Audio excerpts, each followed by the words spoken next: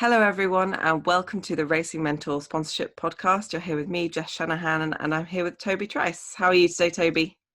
Yes, I'm amazing. I'm really good, thank you. Had some really good fun lately testing out a brand new Ginetta. So yeah, it's good to be back at the track and Nice. yeah, lots of fun. How are you? Yeah, really good. Like last week, I had like a whole planning week with my new employee, Rose, and we were planning everything to do with Racing Mentor for like the next year for 2021, Exciting. including like lots of live events, new products, all sorts of really, really cool stuff that's going to help drivers with sponsorship even more. So I'm super buzzed today as a Yeah, result.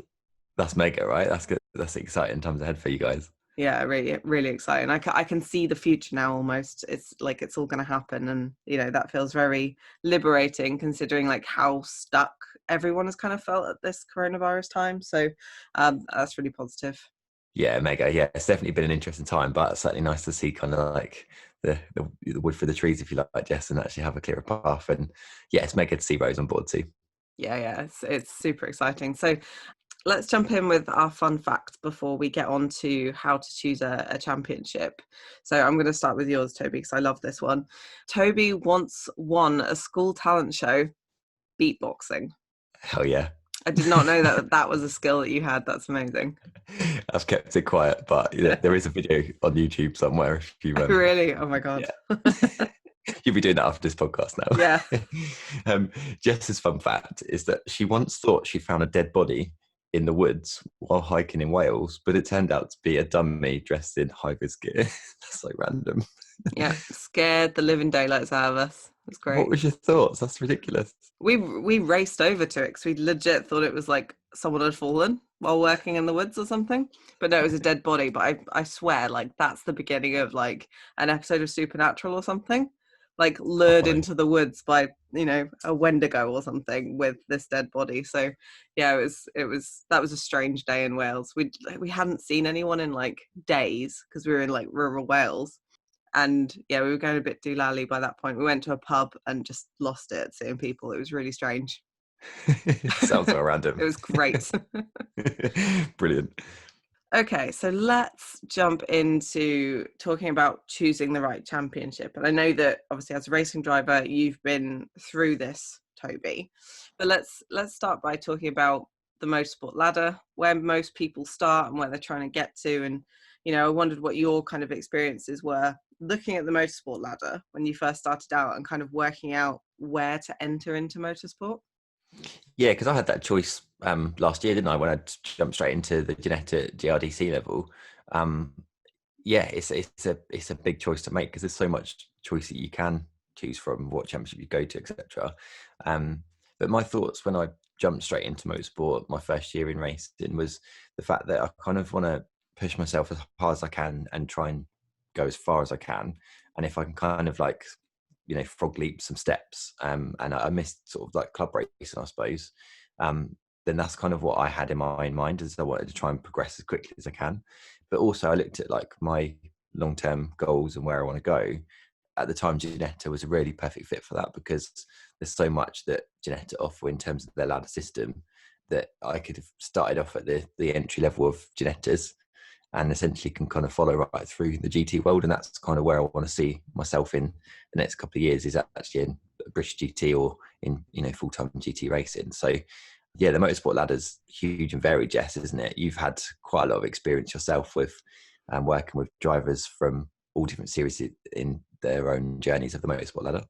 Yeah, absolutely. Like, there's everything from karting, which has its own ladder, through to, like the UK club scene. So I'm talking like clubs like the BRSEC, 750 Motor Club, any of the series that kind of live under those banners. And then there's that kind of like, I guess it's slightly more than a hobby middle ground of club racing, like Ginetta's, like, some of the more advanced single seater series, some of like the entry level endurance racing. There's actually so much motorsport out there. And then, we're obviously only talking about circuit racing. Then there's like off-road trials, there's rallying, there's rallycross, there's all sorts out there. So actually, if you're someone that wants to get into racing, you have so many great options. I actually think that's really exciting, but I know that it can be a bit overwhelming. And I think if my advice for anyone who's like right at the beginning of their journey, think about where you want to be and just kind of work back a bit. And then start speaking to people who are in those series. And you can do this in the Racing Mentor sponsorship community. I know I'm a bit hard on people that don't post about sponsorship, but if you have a genuine question about like where to go racing, you're welcome to post there. Or Club Racing UK, they're great. Their Facebook group is fantastic for those questions, and there's loads of people who have been through all sorts of series who can give advice on like where you might start or where you might go next. So yeah, do your research and speak to people, go along to the races, speak to the drivers. That's the great thing about club racing. You can get so, well, maybe not at the moment, but you can get so kind of close to the action and close to the people who are involved that it makes it easy to kind of just work out where you want to be, like what's the right atmosphere for you, as well as like what's the right car. Yes, it is quite overwhelming with regards to how much choice there is out there. But let's talk a little bit about sprint versus endurance, Jess, because they're both quite different categories. And choosing early on is actually quite beneficial for where you want to kind of get to in your motorsport ladder. So have you had any drivers that have done sprint or endurance? So I would say actually the majority of the drivers that I've worked with are on the sprint side of things, just because at club level, before you kind of move up to that pro-am, there is way more option for doing, you know, shorter sprint races. And I'm sure you've noticed this as well, Toby. But there's, you know, there are some like entry level endurance series out there, but I would say if even if you want to do something like, you know, Nürburgring 24-hour or Le Mans or something like that, don't be afraid to get into sprint racing first, just to get some seat time and just to kind of learn stuff. But I would actually say if anyone wants to do endurance racing and they're right at the beginning of their journey, karting is actually a really good option. Definitely. What I mean, Toby, I know that you've got goals for, you know, endurance racing in the future. What has your experience been with kind of trying to find that, you know, that as an accessible motorsport at this kind of early stage in your career? Yeah, I mean, I started off in karting and endurance karting at that. So I did a lot of 1 hour, 3 hour events, and I've done a 24 hour as well. My goal is to be in endurance racing. I love endurance racing. I love kind of the dedication it requires as a team, and the amount of seat time you've got to put in, and how consistent you've got to be over a long period of time. That to me fascinates me. I love it. Yeah. So yeah, I've done lots of endurance karting. I've not done much sprint karting, and that perhaps may have helped me in sprint racing when I went into sprint car racing. But I think right now I'm trying to prove myself in sprint car racing, because there is a little bit more variety of what I can kind of choose and where I can kind of go, so that I can get myself established in the motorsport world. And then once I've got that kind of that CV, if you like, all that experience behind me, I then want to take that into you know, a proper endurance series, and hopefully that will be British GT. That's my ultimate my ultimate goal. But in terms of endurance racing, there is actually a lot more choice now in cars themselves. Yeah. Quite popular. There's the little Citroen C1 Oh, I race love that those. mega little things, aren't they? Yeah. And I mean, them grids now are ridiculous. There's Well, there was one that had like 100 cars. yeah, it was a Spa, wasn't it? Yeah. Absolutely huge grids, wasn't it? And that just shows to me how big that kind of world's growing, and it's got really serious now. Actually, as much as it's a club event, it's got so serious. And there's the Ford KA Enduro Yes, KA Enduro K, yeah. series, which is like in a similar vein, like really affordable little race cars, tons of them on track, just really really fun racing. Yeah, and that's the cool thing, isn't it? Right, there's so much variety, right from, I say, the bottom level. I don't like to say it like that, but you know, right from club level, right to the top of Le Mans. And I'm sure many of the listeners here have got aspirations for Le Mans someday, because it's quite an achievement if you can get there. Absolutely. But yeah, there's so much there to go with. Yeah. But ultimately, it depends on where do you want to end up and what are your goals as a racing driver. Certainly for myself, like I spoke about before, I'd love to get to Le Mans. Obviously, I want to be in British GT. I want to do endurance racing. That is my ultimate goal. So I'm in this position right now, guys, that I'm looking to choose the right championship for me next season, so that I can take those steps towards that ultimate goal. So this podcast has come at perfect time, and I'm sure for many that are listening to this podcast, it's definitely a perfect time for you as well to make these sort of decisions yourself. But just kind of elaborate a little bit more, because obviously you have a bit more connection with the actual audience.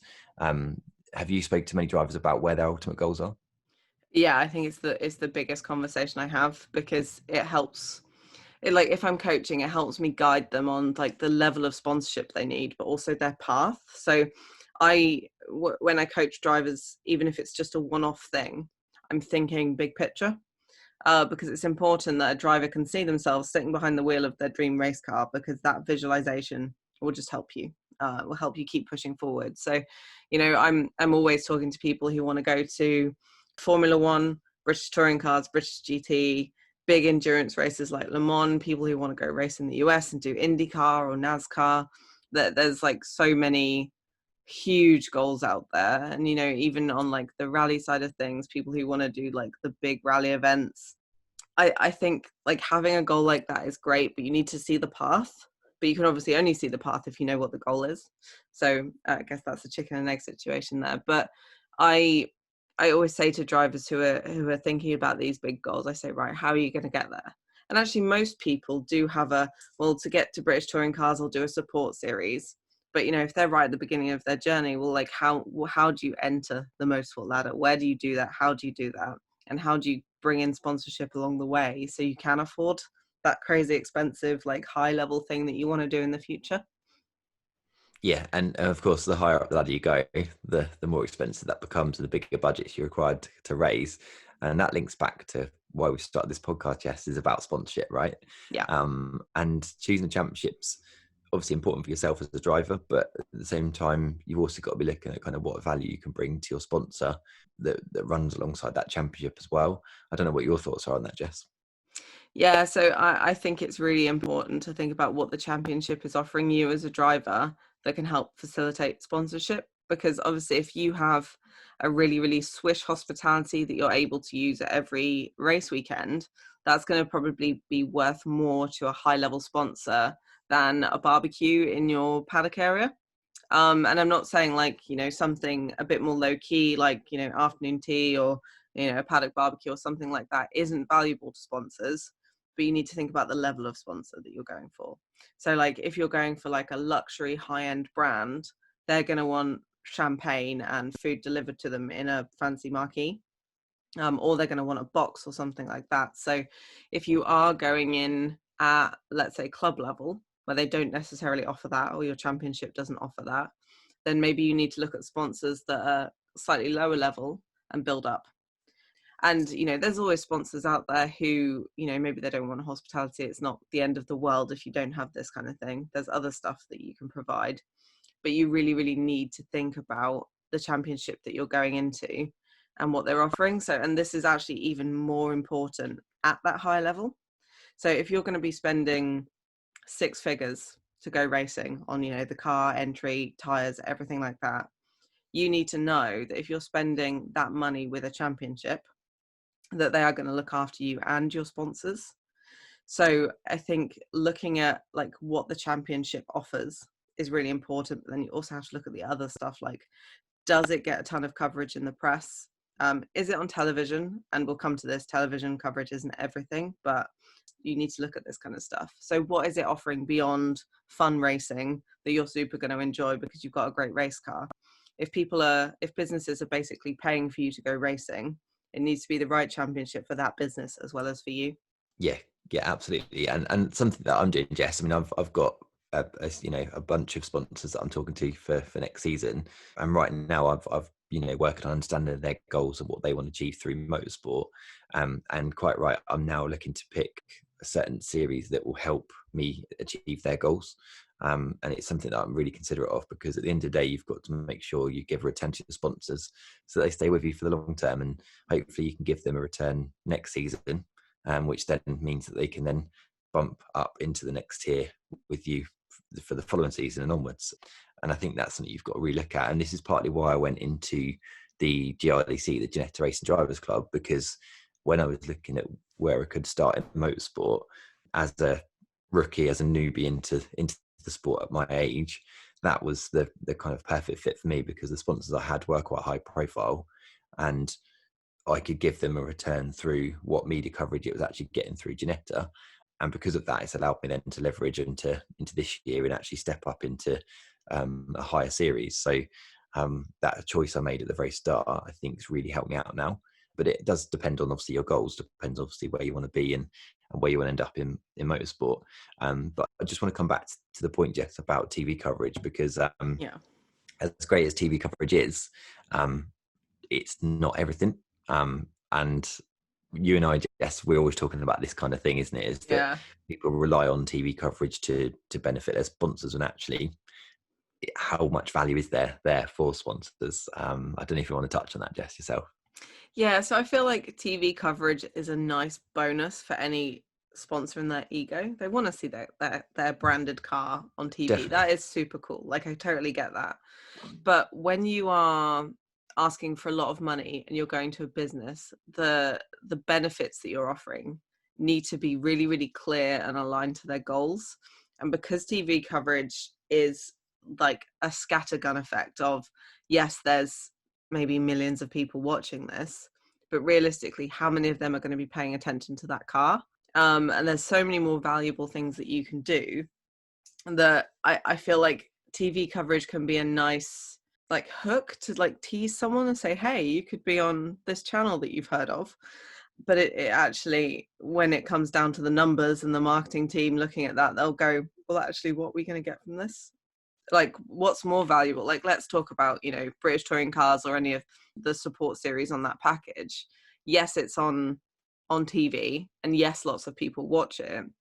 But actually, what you should be talking about is the fact that people come along to the races and are walking around the paddock. Yes. Like, you can do so much more with that than you can do with however many million people watching it on TV. Yeah, because TV coverage, for sure, it brings fans to the event, right? That's kind of the big attraction there, isn't Yeah, it? When a series is on TV, the fan base usually gets built because people get to enjoy it. But ultimately, the people at the track are the really valuable people that are going to be there for you and for your sponsors. And you can get them directly in front of the car. You can get pictures. You can actually activate so many different ways in sponsorship that's way more beneficial than just the TV coverage. It's a nice to have, Jess, for sure. I mean, it's pretty cool when you've seen your race car and you're watching it back on TV and you're like, hey, that's me. absolutely. But yeah, the ultimate thing is actually how valuable is that for sponsors, and that mindset thing is so important, because you've got to always be looking at how you can deliver value to sponsors and how you can activate your sponsorship for them, and choosing the right championship is so important for that. Yeah, totally. And, with TV coverage, I actually think that's more important to sponsors who know how to activate their sponsorship, and not all sponsors do. And that's often why sponsorship deals kind of fail and don't really get anywhere. But I think if you have a sponsor who is willing to put money into, doing their bit, doing their own PR and their own social media, actually the TV coverage can be more valuable because they get a thing that they can say, yeah, seen on ITV, or, they can post images and stills and video content. And it becomes a bit more valuable in that way. But the way I see drivers pitch it is just on its own reach 9 million people or whatever the number is now. And I don't think there's actually any value in that because it's such a big number. Businesses will go, yeah, but how many of those 9 million am I going to reach? Because realistically, if a business was actually to reach 9 million people, and for all of those 9 million people to make sales, the world would be a ridiculous place and sponsorship would be super easy. But it's not, because, yeah, because businesses realize that actually that's not how it works. Yeah, for sure. that'd be so easy. That'd make this podcast pointless, right? It would, yeah. But let's talk about kind of racing something versus nothing is equally as important as making the right choices. As you know, guys, that I'm not racing this season and it's super tough to not be out, but I'm still managing to do things for my sponsors that were going to back me this season, and I'm still doing work with them. So it's I can still promote my sponsors if you like. But racing something is important, because if you're not racing, you can't be classed as a racing driver, right? And this year's been a strange season for many of us. So look at Charlie Martin. She done this last year. She didn't race last year, but she's done so much work for her sponsors. And look where she's got to now, Jess. Yeah, and it's amazing. And I think, yes, it's good to be racing something. But I actually disagree with your point on you're not a racing driver if you're not racing, because I think everyone takes a break here and there for whatever reason. And Yeah. obviously this year is weird. Like, so many people are taking this year off because it's not financially viable when you can't have sponsors at the track. Yeah. So I think that taking a year off if you need to is fine. And actually, there's, like you say, with Charlie as the example, there's so much that you can do for sponsors while you're not racing. You can still act as a brand ambassador. You can, if they're paying for it, you can still host track days for them. You can still take them on hot laps, because if they're paying, that smallish amount to go do that at a racetrack, great, you can do it, and you can help them out in that way and give them access to something that they wouldn't have access to otherwise. And you can still kind of be visible within motorsport. You can test stuff with a smaller budget.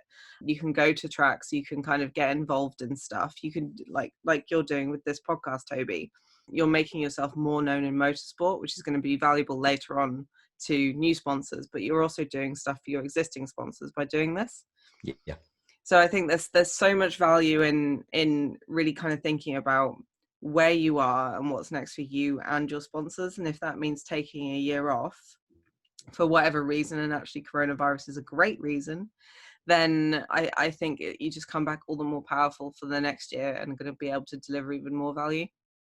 Yeah, and I think, just from my experience this year, and kind of relates back to the episode of thinking outside the box a while ago now, Jess, is that I've had to really come up with some lucrative ways that, that I haven't got a race car this year, I'm not racing this year, but I've actually managed to find really cool ways to help promote my sponsors. And I'm still really involved in the motorsport world, like you said. So it can be done for sure. But obviously my goal is to race. So Yeah, I'm hoping absolutely. to be out there next season. Yeah, and I totally know that it's frustrating when you want to be racing and you're not. But when it comes to sponsorship, I don't want anyone to worry that that they just can't be sponsored for a year that they take off, whatever that reason is for taking it off, because you can. And I actually know quite a lot of racing drivers who have taken time off for family reasons, for financial reasons, all of that kind of thing, but they've maintained some of that sponsorship money so they can do the brand ambassador thing and do the video content and do the talks and all of that other stuff that doesn't need a race car. And there's actually quite a lot of that. Yeah, and actually, when you look at it, there's a lot of drivers in that situation this year. So Absolutely. yeah, it can be done, right? Yes, totally. So I mean, maybe this is quite relevant to any drivers who are having time off, but this is, I think, good advice for anyone who's in motorsport at any level, is to test. Get as much seat time as you can under your belt, because if you learn to drive lots of different cars, if an opportunity comes up, you're going to feel confident and you're going to be competitive. But also, I think it's important to test out different series before you commit, because you need to be comfortable with your choice, not only in the car that you're going to be driving, but also in the championship, that they can offer you the things that you need to offer to your sponsors to provide that kind of value that you've promised them. Yeah, and I'm doing that right now, Jess. That's literally what I'm doing at the moment, isn't it? So last week I tested a Ginetta GT Academy car. I've got some more tests coming up soon, but keep posting my stories for that. I don't want to give too much away right now. But yeah, testing different race cars, different series is so important. I've got a bunch of sponsors that I'm talking to at the moment, and I understand their goals and where they want to be and what they want to do to achieve through motorsport. And now I'm off doing my homework. I'm off testing different race cars. I'm off looking at different series. I'm off looking to find out what's going to give the most value to my sponsors within the budget that we've kind of talked about. And the only way I'm going to find out about that is heading off to the manufacturers, heading off to the series, heading off to race weekends, and actually finding out what is going to be that particular championship I'm going on for. And also that helps me to take my step towards my goal of being an endurance driver at British GT. So it's such an important step. And I know it's tricky to get the racetracks at the moment, but tests are still happening, which is great. So the racing drivers out there, yeah, definitely do your homework and make sure that you can deliver to your sponsors. Absolutely. And so let's do a little recap before we jump into our driver of the week. So I think that the big things here are: do your research and speak to people, because the people that have done the racing are the ones that are going to be able to give you advice.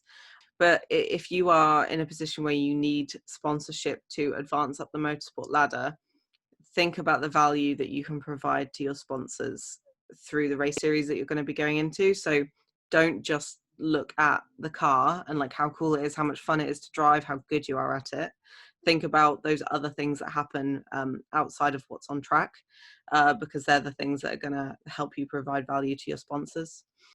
And also, as I said, and I don't necessarily want to label this point, but if you have to take a year off, it's fine. Toby, it's fine. Yep. But also getting as much seat time as possible, whether you're, not racing, or even if you are, testing different stuff to work out what's right for you is really important. And actually, I think, and Toby, I'm sure you'll agree with me on this, is once you started testing cars, you'll know which one is right for you, and you'll know which championship is right for you. And then it's just a case of like making sure sponsorship, etc., all lines up. Yeah, I agree. Yeah, I've already had different tests, and I'm fully aware of where I want to go. So Yeah. I agree on that point. Awesome. So let's jump into our driver of the week. I will let you introduce today, Toby. Yeah, so this week's driver of the week goes to Kate Yeats. So her Instagram is kate.yeats.racing. Kate's an amateur British endurance racing driver, actually. And she's raced the Citroen C1, which we spoke about earlier. But she's a fantastic ambassador for the sport. She's doing amazing things on social media. She's got a really nice presence. I know from the sponsorship community group that she's really engaging with lots of businesses, having lots of good conversations to leverage her game in the racing world. So she's doing amazing things. But she's actually got a bit of my heart in there as well, as a dog lover, because she's an ambassador for Greyhound racing dogs. She helps a charity rehome Greyhound racing dogs, which I think is actually really cool, because she's a racing driver and she's helping ex dog racing greyhounds get new homes, and I think that's such a lovely thing to do. So congratulations, Kate. Welcome to the winners club of the podcast. So yeah, you can follow Kate on Instagram. She is kate.yeats, and that's YEATES.racing. And you can find links to follow her across the web over on the blog.racingmental.com/podcast, where you can find all of the podcast notes. And if you are able to get to races this season, she's racing a Clio over like October and November as well. So check out her Instagram for those dates and more information there as well. Yeah, I'm hoping to get to one of the tracks to support. It'd be really cool to see. So congratulations, Kate. Awesome. So another kind of cool entry into driver of the week. I love that, looking back at all of the people that we've, nominated and put through this are that, like, we've got some really cool names in there, and we are currently like working on ways to formalize this a bit more. So watch this space. Interesting, huh? Yeah. Yeah. So anyone who's already been picked as driver of the week, you'll be hearing from Racing Mentor very soon with just some more information on that. That's a nice way to end this on a little tease for the future. Just a little tease. So thank you everyone for listening. As always, if you have any questions, or if there's anything that you want us to cover in the future, you can email me, jess@racingmental.com, or you can go and post in our sponsorship community on Facebook. Just search for Racing Mental Sponsorship Community and you will find us.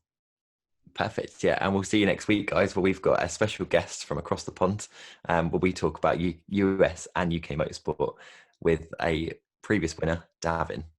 Awesome. Thank you, everyone, and we'll speak to you soon. Take care now. Bye-bye.